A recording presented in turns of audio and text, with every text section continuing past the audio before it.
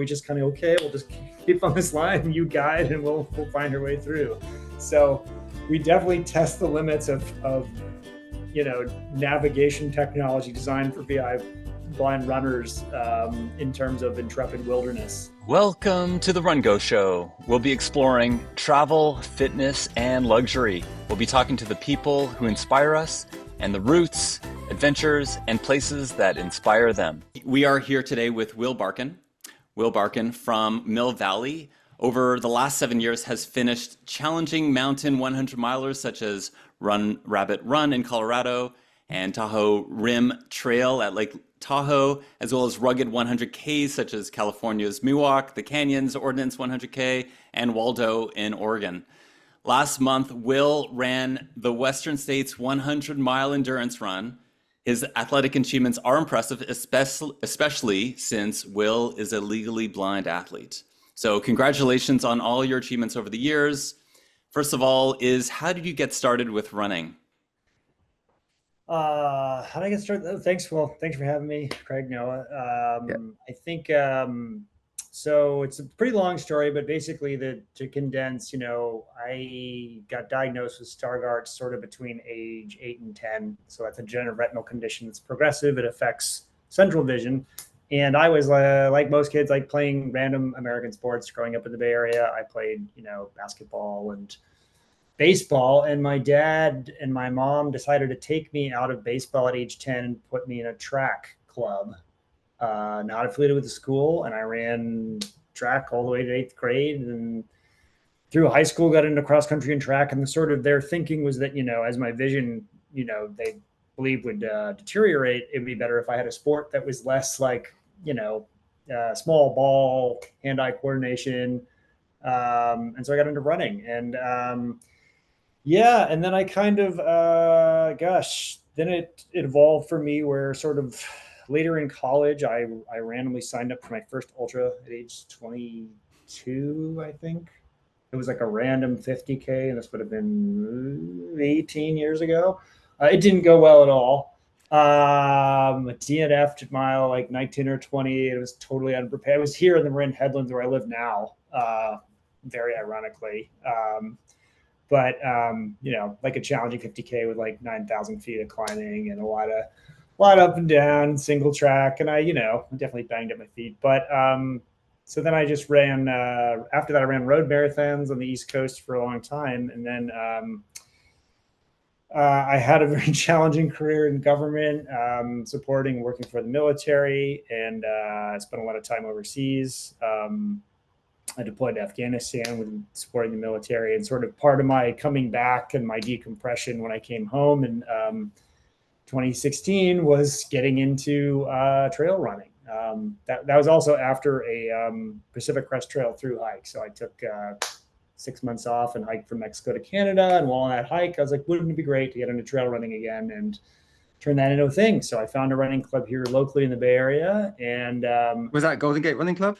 That was Golden Gate Running Club. Okay. Craig is also a member of as well, or is a member, yes. And I found the club, and I found the ultra runners in the club, and they got me out trail running. And I ran that same 50K. I DNF'd like 11 or 12 years earlier, and it wasn't a great time, but I finished that time, so worked out. And then I was with my vision at that time, because it's progressive and getting worse. I pretty much just limited myself to ultras during the daytime when my vision was best, and I'd still trip sometimes. It wasn't too bad, but running at night was pretty much impossible for me. Through a Golden Gate Running Club member, who is also my crew chief at Western States this year, David Lee, he was like, oh, there's this other blind runner who runs like 100-milers in Vermont and uses sighted guides. You should look him up. And that's Kyle Robidoux of United in Stride and other organizations, NAVV. And I connect with Kyle, and he sort of walked me through like what sighted guides do and how that works. And so then I started working with and training and recruiting guides to run with me at night. And that's where I started running the 50-milers and 100Ks and my first 100-miler. And that was about 7 years ago. And it's sort of been impressive. My vision has gotten progressively a little worse, so I need the guides more and more during the daytime, adjusting the light and things like that. But that is the shortest version I think I can tell of how I got into ultra running and running in general. Yeah. That's great. Can you I've got tell some. us? Yeah, Yeah. sorry. Can you tell us more about how you do your runs? So Yeah, a little bit more of the details about how you work with guides, how you work yeah. with technology, how you get a sense of the course before you go out. What does that look like? Yeah. So I think thing for the guides are probably the most important thing for single track trail running. Where I live in the Marin Headlands, which is home to a lot of ultra marathons and trail races. So I live just a couple of miles from the Miwok Trail. So I have trail to train on here locally, which I run it all the time. I can still get away with daytime runnings for the most part on trail solo, but less and less. And I'll use a guide, run with my fiance Kim, or I'll run with guides that I have in the area or that are visiting town. And then at nighttime, or the wintertime really, is when, there's fewer hours of daylight. So because I work and everything, I'm training with a guide. So I'll run in the dark. I have a couple guides here locally. I found through United in Stride, the guiding organization that pairs guides with runners. And yeah, I'll do my training with them. And then for races, if they're local, or sort of in the rough Northern California area, we'll go check out the course beforehand, do some running. Like for Western States, I did the training camp with Kim as my guide. We even got out in the dark to do some of the sections so we could practice and check what it would be like in low light conditions or no light conditions. And then other times we'll just go to run, and I'll have to generate a route because we won't want to run in an area or train on that type of terrain where we're going. And generally, I'm always doing that with Kim, with fiance, who's also an ultra runner, and we will. Generally, the role is that I will do the navigation and she will do all the guiding. So she will basically just pick the route that's 10, 20 feet, assuming there's a trail to follow. And I will be the one usually operating RunGo with either an uploader GPX or one of the routes already loaded. And we're running on trails in different areas. We'll use RunGo to navigate. And then also, like, there are times where we've run some races that have sections with no trail. And so there's just a route on a GPX file through some, I'll probably tell the story later, but yeah, we'll just find an open area where, like, okay, the route goes through there and it's just boulders and dirt and trees. There's no trail, there's no route, like visual route. And so we just kind of, okay, we'll just keep on this line and you guide and we'll find our way through. So we definitely test the limits of navigation technology designed for VI blind runners in terms of intrepid wilderness, which we've done in the Rockies and in Utah and a few other places. But yeah, I think for new routes, it's always handy because that is what I would literally use. So I'm not spending all my time zoomed in with a magnifier, looking at a route, trying to figure out if we're on the right, yes, are we correct or not, versus just having audio notifications like off route and things like that. So yeah. What are the cues that Kim Kim gives you when you're on the course? Oh, guiding. Oh God. Every kind of cue, generally you're talking about the direction of obstacle rather than the direction of travel. So like for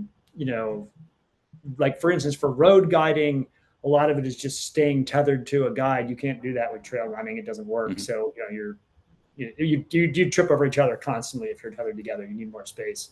So, we do verbal call outs, and she would call out like, big step down, big step up, drop off right, tree left, moose, whatever, pull back. Moose is important. Yeah. Moose is a great call out. Yes. The most important call out is stopping, yes. like before running.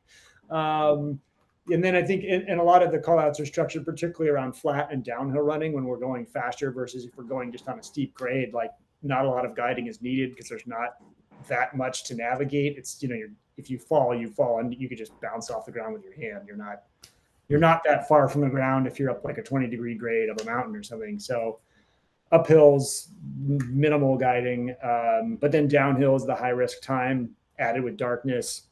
So then we have to be a lot more cautious with stuff like that. And I use a lot of extra lights, but the call outs are all structured around giving which obstacles to avoid rather than the safest route. Because I think the challenge is like, if you just assume you're running fine, everything is a surprise versus if you have some like a 1 second heads up of like, there's a giant boulder on the left, or there's a deep creek bed drop down in front of you. Or we use shorthand like ski jump, which is like a dip, or we'll go, low branch, narrow, meaning like you're going between two rocks or two trees that's like kind of wide. And for instance, as a guide, Kim is probably half my size. So also like her narrow is like really narrow for me. So I get to slow down. And she's about 5'2", I'm about 6'1", and I'm significantly heavier. So yeah, so we have to work around stuff like that. But it's all designed around the call outs of the obstacle and the direction of the obstacle. That's great. It's funny you mentioned earlier about like ultra running of Golden Gate Running Club. So you probably know Leanne.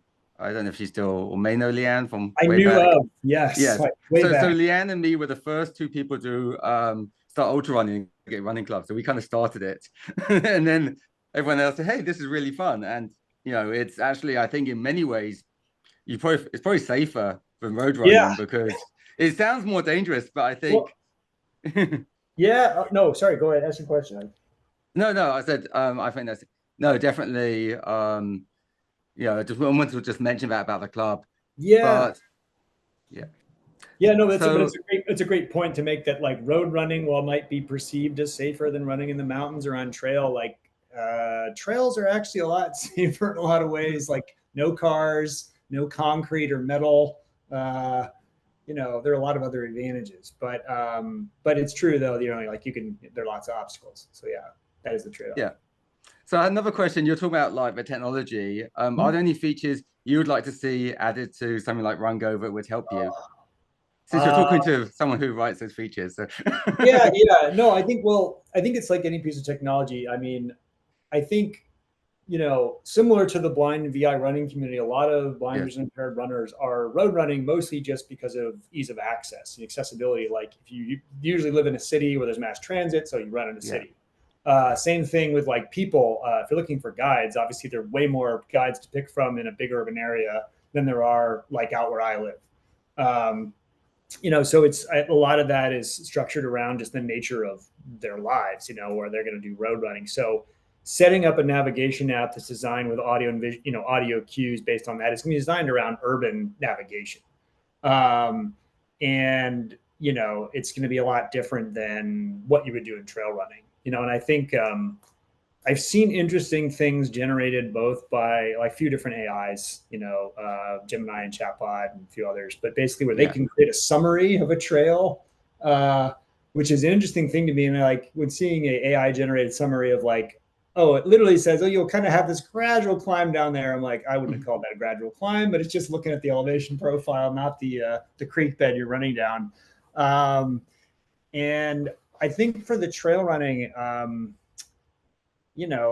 could give specific critiques about RunGo, but I think the big things for me is like cues about elevation are helpful, and like I know some people really like to know what they're about to do, climbing and descent and things like that. And I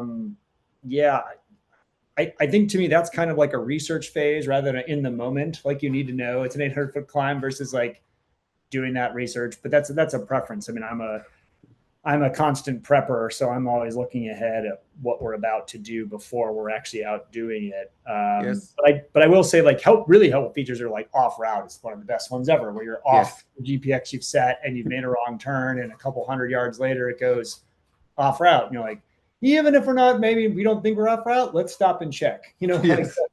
That is one of the best warnings ever. It saved You'd be amazed how many people say the app said off route, and then it told me still off route, and I kept going, and then it stopped talking to me. So we actually added now, you're off route, you're still off route. Please check your map to get back on route, because they just assume it's going to get them back on route magically if they keep running. Well, there's always the downside of any trail runner who's like, no, this is a shortcut. I always go this way. I just didn't put it on the route. And I just ignore the warnings. But I think it's like I used to run, most trail races like in the daytime alone, where using RunGo like that was super helpful for me, where I still had enough vision where it was less of an issue for me to run. So I would get all the navigation cues. I know when the turns are coming. That all of that was incredibly helpful. And I used it when I ran the Ordnance 100K, my first 100K, which was great. And I just had a guide in the beginning, at the end in the dark, so I didn't need as much logistical support. But vision's worse now, so need need more guiding. But to be fair, like guides are focused on guiding; they're not focused on Yes. navigation. Yeah. One thing, Yeah. I'm not sure if you ever use the custom messages. I know Noah loves adding custom messages, telling him like how far the aid station, this next section's gnarly, there's a nice smooth downhill section coming. Have you ever played around with that? I have not played around with that, but I can tell you that my sighted fiance Kim would love a feature that tells her how far she is from the aid station on the GPX, assuming it's actually accurate enough and set up that way with the aid station. Well, you add it yourself. You literally just you add a custom message and type whatever you want to type in there. So well, we've got some good examples. Yeah, we'll show you some examples, and for races you have coming up, we can definitely have a look at those courses and show you what would be helpful. If you have a route, Noah can go in and Noahify it, and Noah goes in and he adds all the like information, and you'll feel like you have like a trail expert with you the whole time, telling you everything that's approaching. Well, no, and it's funny you talk about that because like while the intent originally is like, oh, this is for blind visually impaired athletes, I'm like, there are a lot of athletes who don't want to read a thing or remember all that data. But that's why I built it. Yeah. Well, you don't have to remember things. Is that you only get it just in time. And we did an event for a SUBI organization last year in Boise, and they wanted to support accessibility and features. So we added in all these messages with their direction about this is not a pedestrian activated crosswalk, no audible, there are flashing lights. There were things like curb cuts and tactile strips. So that was all customized and added in through their team that was really aware of those cues that are really helpful for people who are visually impaired. So there's really a really interesting opportunity or potential of how detailed those routes can be. It's also really good for just regular run as well. I think the reason I built RunGo was not actually for visually impaired community. It's actually for me, who used to get lost all the time. And it was when I adopted my dog, who's a retired guide dog, and people said, your dog should guide you. And she didn't run. So I said, well, why don't I build an app that guides me and like literally tells me where to go? So well, that's, I guess, also something else to mention, like, very specific to, you know, they're not that many, but there are quite a few very ambitious and aggressive blind ultra runners, very degrees of vision, many of whom see worse than I do. And you know, usually they're running with a guide throughout a 100-mile race or 100K or something like that, and they'll have a guide for anywhere from 10 to 30 miles. And, you know, guiding is like, and no, I don't know if you're familiar with the ultra running world, but like pacers are pretty commonplace after the 50-mile mark, but generally they're there just kind of like, you know, keep the spirit of the runner up, keep them fueling, give them time checks, kind of just keep them on target, maybe give them information they don't have to remember. But a guide has to call out obstacles every couple of seconds. So the guide really can't always play that second function, and any pacer-like functions incorporated into it takes something off the plate of the guide. So that, just to your point though, having things like aid station information, you know, one of the things that like I've used some of Garmin's interfaces with Siri, and it's okay, and it gives me like a lap time, but like I don't remember what mile we're at after about 30 miles, maybe 35. and to actually keep that, like, that mile time is really helpful to me in the audio to know, like, you know, you're at this mile, this was the pace time, like, okay, that's good to know.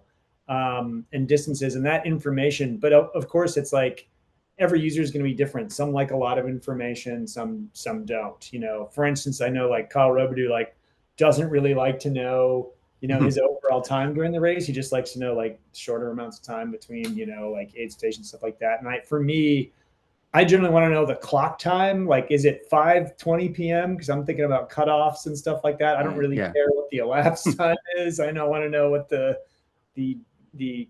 specific analog time. We can definitely add clock time to the app. That's something that'd be easy to add. So we can add that as an option for you. But these are like, I think they're specific to ultra running. It's like I think marathons have cutoffs, right? But I don't even. they do, but not many people have to worry about them because they're only more than enough time. Yes. Yeah, but that's one of those things of like, to your point, I know like having aid station, like, you know, in 5.2 miles cutoff time is X. You know, like that would be. Yeah. I actually do that all the time when I'm building routes. I always add aid station, and I talk about the cutoff for that one. Also, how far to the next aid station and the cutoff for the next one. Mhm. So I actually, because I've actually had a lot of races where the volunteers don't always know how far to the next aid station or what the cutoff is for the next aid station. No, and that's a challenge too of every runner, where it's like you want Yes. to listen to people, but of course some volunteers are like just somebody's sister or something, or somebody's like buddy who came to like support him and just is there to hand Yeah. out, drinks and food and have no idea what direction or anything is. So it's sort of like that's like take that responsibility off of a stranger and hope, and put it into some data in a phone. Yeah, no, but sorry. Anyway, those kinds of things would be fantastic. I think Right. like for intrepid backcountry navigation, that's kind of also a very more unique case, because like most, big ultra marathons have, well, they all think they're well marked, all people who put these races on. But like Western States is a great example. Like there's so many markings on that course. There's so many volunteers. It's pretty hard to screw up. But something like Ordnance, which is still in California here, but like not a big running company. They might have 20 or 30 people out there spread across 4 or 5 aid stations, and not a lot of signs or anything in between. And like there'll be flagging tape, but you catch it at the wrong time, and that's where actually the off route feature saved myself and a stranger I met running the race, where we made a wrong turn because it just seemed like the route curved down this fire road. We missed the little left spur trail off of the fire road that was like, grown over with poison oak and, sagebrush or whatever. And it was like, a little piece of flag and tape. We're like, oh, yeah, down the road. And you run down the dirt road, and I don't know, probably 150, 200 meters later, I'm like, off route. I'm like, And, I'm running with someone who's sighted, assuming there's all the right not my guide, just a stranger. Yeah. Actually, a nice woman who's there at my Western States drawing this last year. But she kind of looked at me, and I'm like, I haven't seen any flagging tape. Let's go back and check that turn or whatever that was. And then you go back and go, oh shit, that's right. So do you have any stories or any feedback or ideas about navigating courses from your perspective, navigating sections of trail? Any stories that come to mind? Well, yes. So I think one of the most, Kim and I spend a lot of our vacations reconning a course. So we will go someplace and check out a race we don't want to do that year or the following year, and then we'll add a little vacation on top of it. But very randomly, due to all the last summer, Kim was signed up for the Angeles Crest 100 in the San Gabriel Mountains, Southern California. Fire and flood damage from that crazy winter, the fires from the year before, and the crazy flooding they had basically washed out the whole course, and they had to cancel the race. So she signed up for a very random 100-miler in southeast Utah called the Ute 100, like UTE, which is in the La Salle mountain range, which is, I didn't know they had 13,000-foot mountains in southeast Utah, but they definitely do. And you're only about 45 minutes from Moab, near all the arches and canyons and everything, but you just go up and up and up. And so anyway, she signed up for a race in those mountains. So we went to go check it out. And a lot of desert running where we're using RunGo, basically like around canyons and draws where you can't, there's no markings or signs. It's just what we think is the right direction. And we, overlay the race GPX with RunGo, and it calls out the turns that assuming some of those trails and routes actually have names on maps or not. But at the very least, it gives us like a reference to go, okay, you probably missed the turn, like off route, and you go back and check and go, okay, we'll go up that draw. And one day of that course, there was a section that's went up a place called Man's Peak, which is about 13,000 feet. Started maybe park at about 9,000. And, we were planning to do, I'd say like a 25, 30-mile loop. And not quite realizing this, talked to the race director beforehand. There's about 7-8 miles of this course totally off trail. You basically just hike up a drainage, you make a left turn and just go up a ridge. And then when you summit at the ridge line, you just traverse the whole ridge for 4 or 5 miles, and then just make a right turn down the other side, and you get to the other side. And kind of didn't mention all that. And, run goes during the GPX and it's a straight line. And you're kind of like, I'm pretty sure a person didn't run this. I'm pretty sure someone drew this on a topographic map, because straight line goes off a cliff, but it's not that it's a failure of RunGo. It's that like the underlying GPX data is like someone just tracing a course. But at which point though, it's like, we knew when you had to make a 90-degree turn off the side of this ridge, and it was pretty steep climb up there. And, it was one of those things where like, got our way back down, that goes like, rejoin course at Burrow Pass in 0.8 miles. And you're like, terrific. That's exactly where we want to be. But it was one of those days where it was sort of like, definitely checking the navigation all the time anyway, but the RunGo prompts of that, like, yep, we're on course. Like, that's all I need to know. That's great. Yeah. And that was, using a total stranger's GPX in a very new race. That's pretty rugged. I mean, the terrain there's nothing like that in California. Yeah. If you ever need support, send us a route. We'll go and take a look at it. We're happy. We get a lot of these.